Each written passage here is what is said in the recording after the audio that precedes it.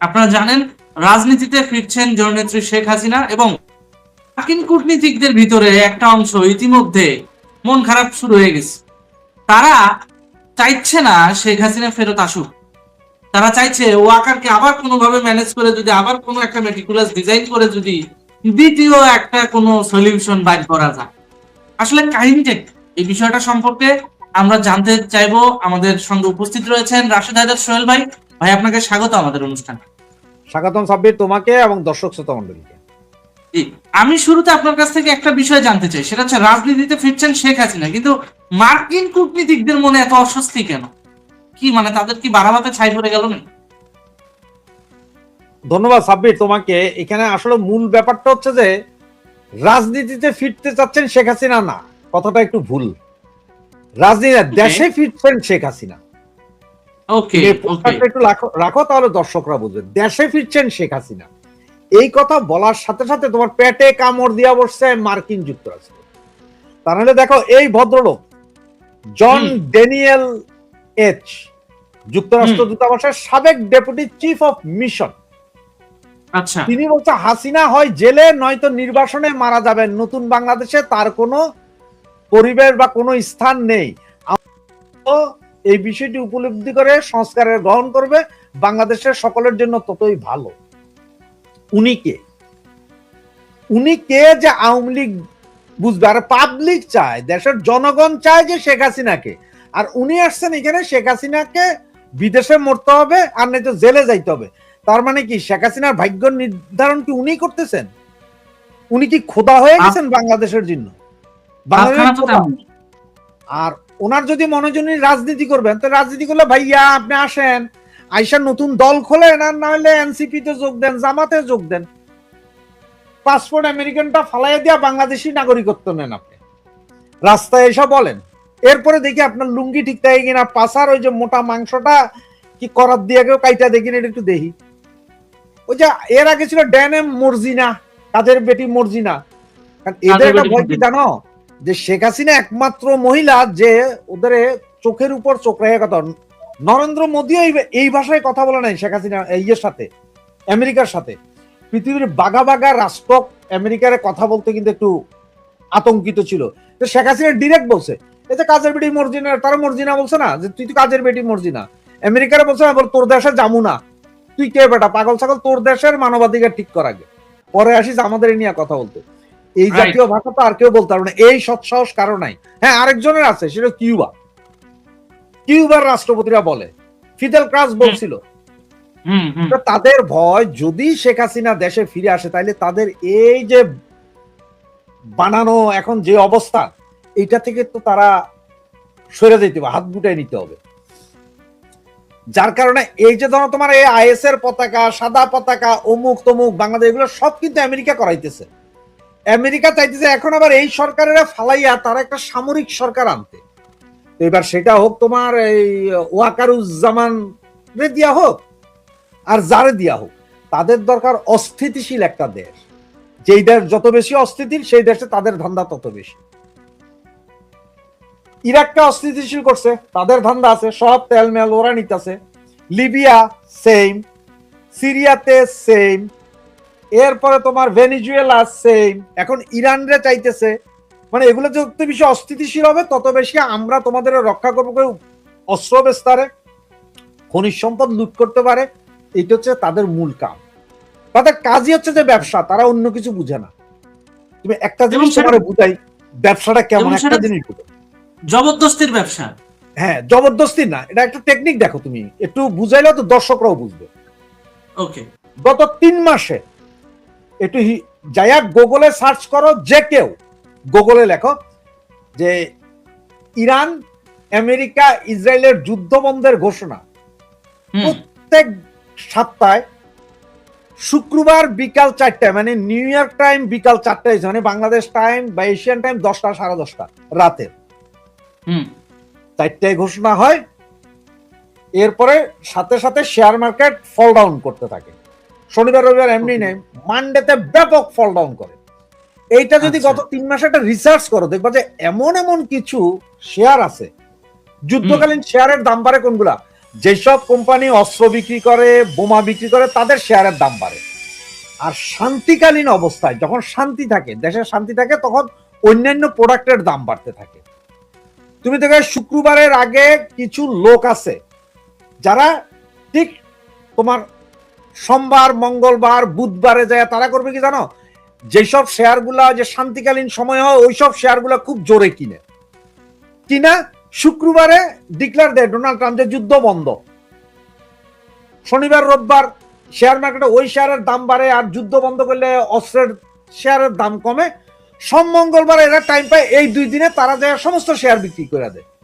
আবার আসে কি মঙ্গল বুধবার ওরা বোম মাইরা দেয়, কয়ে আবার যুদ্ধ লাগছে, মানে আবার ওই যে শেয়ার এরা আগে কিনছিল শুক্রবারে কিনে এটার দাম বাড়ছে, শনি রবিবার এটার দাম মানুষের মাথার মধ্যে গেছে যে যুদ্ধ আর হবে না, সোমবার থেকে মানুষ কিনতে শুরু করে, আর ওই যে শুক্রবারে যারা কিনছে তারা ছেড়ে দিতে থাকে। আর ঠিক মঙ্গল বুধবারে যায় আবার বোম মাইরা দেয়, বোম মাইরা দিয়া আবার মানে যারা তুমি আমি যা কিনছি সব ধরা, আবার ওই যুদ্ধকালীন একটা ব্যবসায়িক সেক্টরে রাখে যে আপনারা শুক্রবার সকাল থেকে কিনবেন হচ্ছে যে শান্তিকালীন শেয়ার, সোম মঙ্গলবার শান্তিকালীন শেয়ার বেচা দিবেন, বেচা দিয়ে বেচা অবস্থায় আপনারা যুদ্ধকালীন শেয়ার কিনবেন, কিনা মঙ্গল বুধবারে আবার আপনারা এগুলা বেচবেন। এটা কিনায় একটা বেচায়, পাবলিকের পকেট খালি হইতেছে, কিন্তু একটা শ্রেণীর ব্যবসায়ীদের পকেট মোটা হইতেছে। যে কেউ গুগল করে আগামী 3 মাসে দেখে নিচ্ছে ব্যবসা অস্থিতিশীল যত রাখবে তাদের সুবিধা তত বেশি। বাংলাদেশে এখন ওই যে শেখ হাসিনা আসবে বলার পরেই তাদের জ্বলন শুরু হয়েছে। আয় হায় কয় কি কয়টা ভেজাল বাজায়, কারণ বাংলাদেশের যে বঙ্গু মুসলমান এরা তো আমেরিকার আব্বা মনে করে। হ্যাঁ, আমেরিকা ওদের বাবা, এটা আব্বা মনে করে। আবার ওয়াজের মঞ্চে এসে পশ্চিমাদের বিরোধিতা করে, তলে তলে ঠিকই যায় ইহুদিদের সাথে হাত মিলায়। এটাই হচ্ছে যে এদের মূল কাহিনী। ওদের মানে বিষ হয়ে গেছে এগুলা। ওরা কোনো অবস্থাতে আমেরিকা চায় না যে শেখ হাসিনা দেশে ফিরুক, আওয়ামী লীগ রাজনীতিতে দাঁড়াক, কারণ শেখ হাসিনা দেশে ফিরলে আওয়ামী লীগ রাজনীতিতে দাঁড়াইলে ওদের এই তাবেদারি তো আর থাকবে না। ওরা তো যা ইচ্ছা তা করাইতে পারবে না। এটা হচ্ছে মূল কাহিনী। এই জিনিস যতক্ষণ বুঝবে না ততক্ষণ হবে না। আজকে আরেকটা জিনিস কেমন জানি না, সৌদি আরব ওরা ইসরায়েল থেকে যুদ্ধ বিমান কিনছে, যুদ্ধ সামগ্রী কিনছে ইসরায়েল থেকে। তাহলে এখন ইসরায়েল থেকে যে কিনছে এই যে সৌদি, তাহলে যারা সৌদিরা আব্বা মনে করে তাদের এখন কি হবে? তাহলে ইসরায়েল তো অলরেডি হামাস দমন করার জন্য বাংলাদেশকে টার্গেট করেই রাখছে। হ্যাঁ, হামাস দমন করার, এটা হামাস দমন করার জন্য টার্গেট, মানে কি তারা হামাস দমনের নামে এরা বোম মারবে, আমেরিকা ওইখানে এসে তাবেদারি করবে, দেশ অস্থিতিশীল।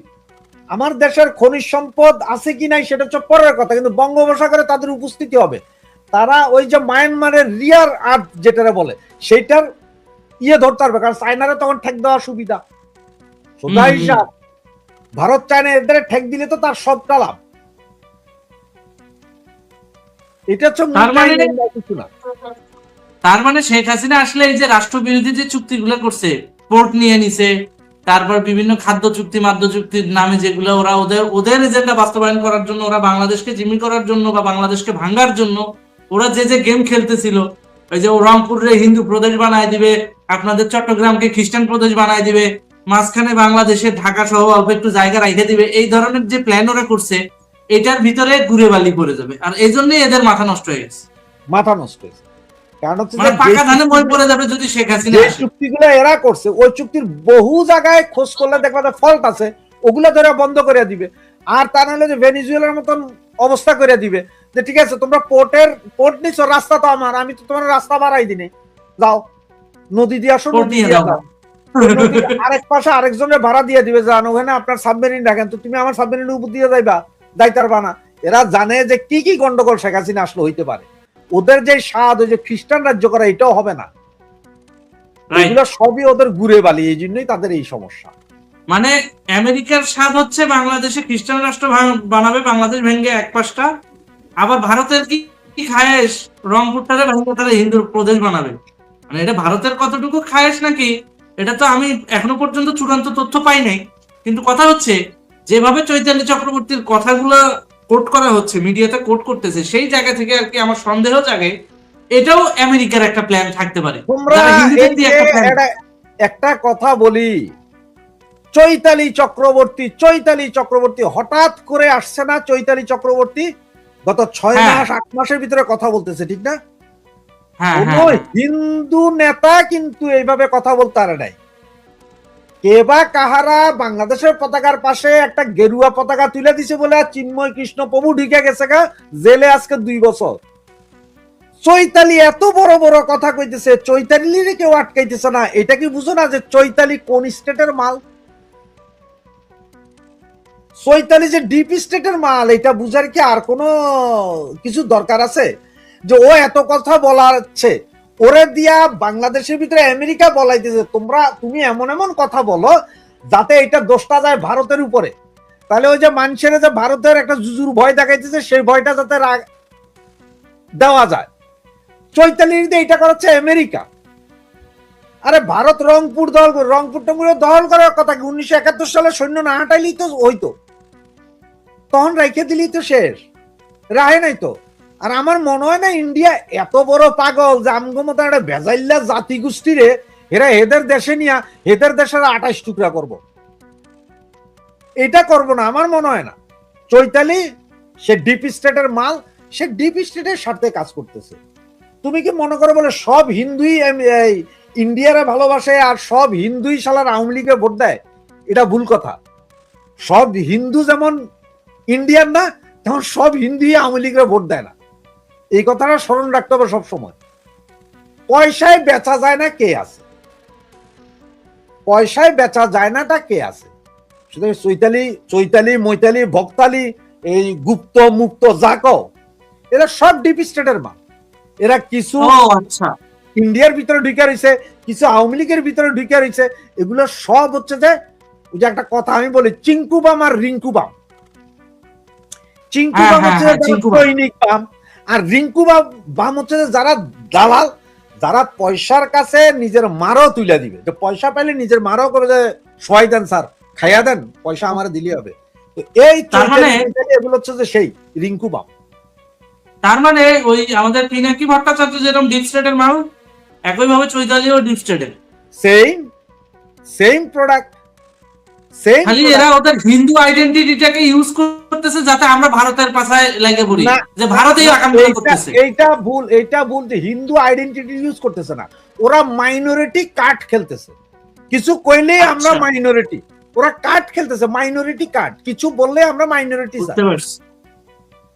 আমরা মাইনরিটি, ওরা মাইনরিটি কার্ড খেলে।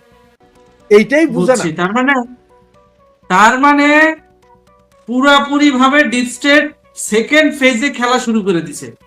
আর ডিপ স্টেট পুরোপুরি ভাবে চাচ্ছে যে কূটনৈতিক ভাবে ভারত বাংলাদেশের সম্পর্কটাকে নষ্ট করতে। এইটা তোমার মনে আছে কিনা, এর আগে যখন ডোনাল্ড ট্রাম্প প্রথমবার যখন রাষ্ট্রপতি হন, তখন এক হিন্দু মহিলা বাংলাদেশ থেকে চলে গেছিল ডোনাল্ড ট্রাম্পের কাছে, বিচার দিছিল বাংলাদেশের নামে।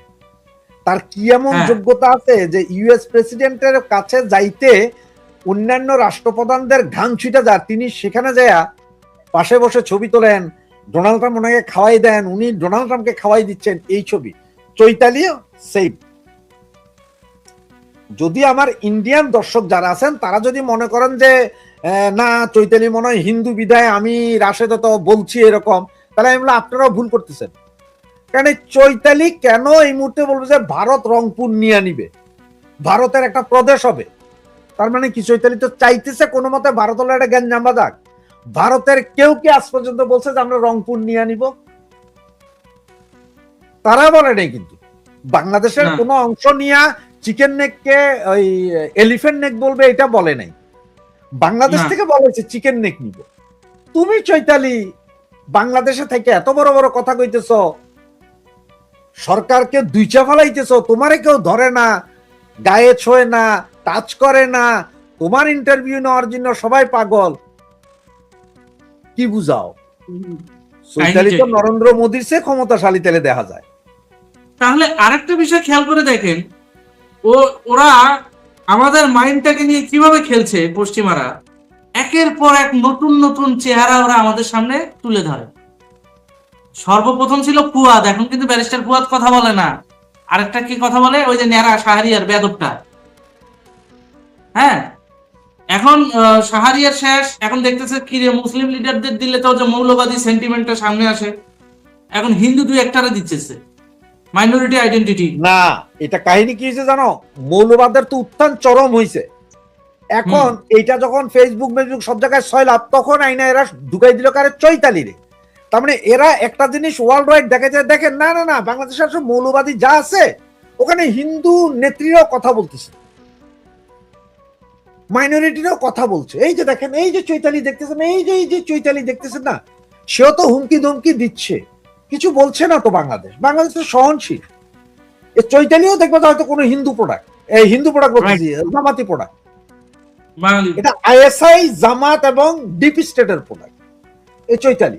একটু খোঁজ নাও, এখনো খোঁজ হয়তো বাইরেতেছে না, কয়দিন পরে ঠিকই খোঁজ বাইরে হবে, যাই দেখবে যে উনি হয়তো কোনো জামাত নেতার সঙ্গী। কিন্তু এত কিছুর মাঝেও প্রশ্ন আমার একটা আছে, সংক্ষেপে উত্তর দিবেন, আপনার কাছে সংক্ষেপে উত্তরটা আমি প্রত্যাশা করবো এই কারণে, কারণ আমাদের সময় কিন্তু অনেকটা শেষের পথে। চৈতালি চক্রবর্তী কিন্তু শেখ হাসিনার ফিরে আসাকেও মানে বেশ ব্যাপকভাবে উৎসাহ দিয়ে প্রচার করে যে শেখ হাসিনার সময় আমরা মাইনরিটিরা ভালো ছিলাম, এখন ভালো নাই, শেখ হাসিনা ফিরে আসুক। সামহাও এটা কি জামাত, ডিপ স্টেট বা এই যে কূটনীতিক যিনি আজকের বাজারে থেকে আজকে শেখ হাসিনার ফিরে আসার ঘোষণা পাওয়ার পর তিনি বললেন যে হাসিনা হয় জেলে যাবে, নয়তো নির্বাচনে মারা যাবে, নতুন বাংলাদেশ তার ও তার পরিবারে কোনো স্থান নেই। অর্থাৎ বাংলাদেশে আসলে যে জননেত্রী শেখ হাসিনাকে যে একটা মেরে ফেলার চক্রান্ত, এটার জন্য কি কৌশলে শেখ হাসিনাকে বাংলাদেশে ফেরানোর একটা ইঙ্গিত দেখাচ্ছে, মানে শুভাকাঙ্ক্ষী সাইজা যে কার্ডটা খেলে সেটা কি খেলতেছে? না না, শেখ হাসিনা ফিরবে সেটা হচ্ছে অন্য জিনিস, সেটা জনগণের বলে ফিরবে। সবচেয়ে বড় কথা হচ্ছে এই যে আমেরিকান সাদা চামড়ার কুকুর যেটা বলতেছে, সেটা তুই বেটা তোর দেশে বল। আমার দেশের নাগরিক সে কখন ফিরবে, কে থাকবে সেটা কি তুই নির্ধারণ করবি? আমার ঘরে আমার বাপ মা থাকবে না থাকবে সেটা আমি, তুই তো না। আর চৈতালি হারামজাদি সে শেখ হাসিনার পক্ষে যদি কথা না বলে, একদিকে সে কি করতে যাবে, শেখ হাসিনা আসবে, শেখ হাসিনাকে দরকার, এই চিল্লাইতেছে, মানে উনি বিশাল আওয়ামী লীগ হিন্দু কার্ড, আওয়ামী লীগ ভক্ত হিন্দু কার্ড। আবার ওইদিকে রংপুরটাকে ইন্ডিয়া নিয়ে যাবে। এটা হলো কি যে ইন্ডিয়া রংপুর নিয়ে যাবে, ও ইন্ডিয়ার 12:30 বাজাই দিতেছে, মানে যেটারে বলে ওই যে এই হাদির ভাষায় সৌয়া ছিড়া দেওয়া। সে একদিকে শেখ হাসিনার পক্ষে কথা বইলা আবার ইন্ডিয়ার পক্ষ কথা বলতে ইন্ডিয়া নিয়ে যাবে, দেশভাগ করবে। দুইটাই ডাবল স্ট্যান্ডার্ড বলবো না, এটা সিঙ্গেল ফ্রেমের খেলা। তার মানে হচ্ছে ও যেটা দেখা যায় ও মানুষ উস্কাইছে, দেখেন পাবলিক কি হলো, ওই দেখেন এই চৈতালি সে শেখ হাসিনার ভক্ত, শেখ হাসিনার আনতে চায়, আবার ইন্ডিয়ার কাছে দেশও বিক্রি করতে চায়। মানে আমাদেরকে, আমরা যারা প্রকৃতপক্ষে বাংলাদেশ পন্থী, বাঙালি জাতীয়তাবাদে বিশ্বাস করি, জননেত্রী শেখ হাসিনার নেতৃত্বকে প্রায়োরিটি দেই, আমাদেরকে ভারতপন্থী বানানোর জন্য এই একটা গেম ডিপ স্টেটে। ইয়েস ইয়েস ইয়েস, আমরা তো কেউ এখনো বলি না। আমার কথা হচ্ছে যে আজকে যদি ইন্ডিয়া বাংলাদেশ দখল করতে যায়, তাতে ইন্ডিয়ার বিরুদ্ধে আমিও যুদ্ধে নামবো, আমার দেশ। আপনি কেমনে কন যে রংপুর নিয়ে যাবো? আপনার জন্মগত দোষ আছে চৈতালি আপা। এই জায়গায় একটা নতুন জিনিস আপনারা ধরাই দেয়, এই জন্য আজকে খেয়াল করে দেখবেন তরুণ দাদা কিন্তু একটা ভিডিও ছাড়ছে, শেখ হাসিনা বাংলাদেশে ফিরতে চায়, অস্বস্তিতে ভারত। এই তো ঘন্টাখানিক আগে ছাড়ছে ভিডিওটা। হ্যাঁ, তো শেখ হাসিনা বাংলাদেশে ফিরতে চায়, ভারতের অস্বস্তি হওয়ার কারণটা কি? যেখানে সর্বদলীয় ভাবে না, ভারত অস্বস্তিতে একটা কারণ যে ওনার নিরাপত্তা। ওকে, ভারতে ছিল, এখন উনি বাংলাদেশে চলে যাবেন বলছেন, উনি যাবেন, ওনাকে তো ভারত আটকে রাখতে পারবে না। আসার পরে এইখানে ওনার নিরাপত্তার বিধানটা আসলে কে করবে? এখন ওনার নিরাপত্তার কোনো গ্যারেন্টি কোথাও নাই। তাহলে একজন লোক উনি চলে গেল, তখন হয়তো একটা কিছু যদি হয়ে যায় দেশে, তখন হয়তো সবাই বলবে যে ভারত দিল কেন ওনারা যাইতে। ভারত তো বুঝতেছিল যে উনি দেশে গেলে উনি হত্যাকাণ্ডের শিকার হবেন। এই একটা, তারপর একটা বন্ধু, ওরা জানে যে এটা আমার বন্ধু, পরীক্ষিত বন্ধু শেখ হাসিনা। তুমি তোমার একটা বন্ধুকে কি বিপদের দিকে ঠেলে দিতে পারবা? না, ইচ্ছা করে। তোমার তো একটা অস্বস্তি কাজ করবে, কি হয় আল্লাহ জানে। তুমি একটা জিনিস চিন্তা করো, তোমার বাবা মা দেশ থেকে ঢাকায় যাবে, তুমি কিন্তু সারাদিন ঘুমাইতে পারবা না যখন যাইতেছে গাড়িতে। হ্যাঁ, ওটার আগ পর্যন্ত একটা কিছুক্ষণ পর tension পরই ফোন দিবে। হ্যাঁ, ওখানে যাওয়ার পরে ধরো তোমার আত্মীয় স্বজনের কাছে উঠলে তো ওকে, আর না হলে হোটেল মোটেল উঠলে আবার শালা কি হয় না হয় বিপদ একটা। সেম ইন্ডিয়া, হ্যাঁ, আমার সেম বাপ কারণে অস্বস্তি। অন্তত আমার বাবা এরকমই, কারণ আমি গাইবান্ধা থেকে যখন ঢাকায় যেতাম, ভাই 5 মিনিট যায় না একটু পর পর ফোন, কত দূর কত দূর কত দূর, আরে ভাই মানে বাবা আসছি তো, মানে কি একটা অবস্থা। আমরা বিরক্ত হই কিন্তু, বাট কেন? তুমি কইতেছো এটা আমার বাবা, আমি চিটং থেকে ঢাকা যাব রাতে, হুম। ট্রেনে গেলে ওনার কোনো টেনশন থাকে না বলে আমারে, কিন্তু আমার ট্রেন ভালো লাগে না, আমার বাসে যাইতে হয়। বাসে ভাই প্রতি 1 ঘন্টা পর পর ফোন দেয়। কারণ ওনারে আমি এইটাই বুঝাই, বাবা আমি সারা দুনিয়া চড়াইয়া খাইছি, সারা দুনিয়ার সব জায়গায় ঘুরছি, তখন তো আপনি আমার এত ফোন দিতে হয়নি, কারণ আমি বিদেশে কখন কোথায় থেকে তা তো জানেন না। এখন ওই চিটাং থেকে ঢাকা যেতে আপনি 13 বার ফোন দেন। ওই আমার ভাইরে ফোন দেয়, এ তোমরা যাই বাস স্ট্যান্ডে দাঁড়াও, এ গাড়ি পাঠাও ওখানে, ও যাইতেছে, মানে এই যে একটা টেনশন, এই একটা টেনশন, সেম ওই রকম একটা টেনশন যে একদম বন্ধু জানে যে ওই দেশে ওনাকে কিল করতে পারে, ওই Right. দেশের মৌলবাদীরা হত্যা করতে পারে, উনি ওখানে যাবে, এটা তো আসলে একটা টেনশনের বিষয়, নর্মাল বিষয় না এটা, হুম। এটা নর্মাল। আপনার এই কথার সাথে এগ্রি করে আমাদের একজন দর্শক সুন্দর একটা কমেন্ট করেছেন, ওনার নাম হচ্ছে শ্যামলী ঘোষ। দিদি লিখেছেন, তোমার দেশের জনগণ যে খুব ভালো, এই জন্যই ইন্ডিয়া এত চিন্তিত। কথা কিন্তু সত্য।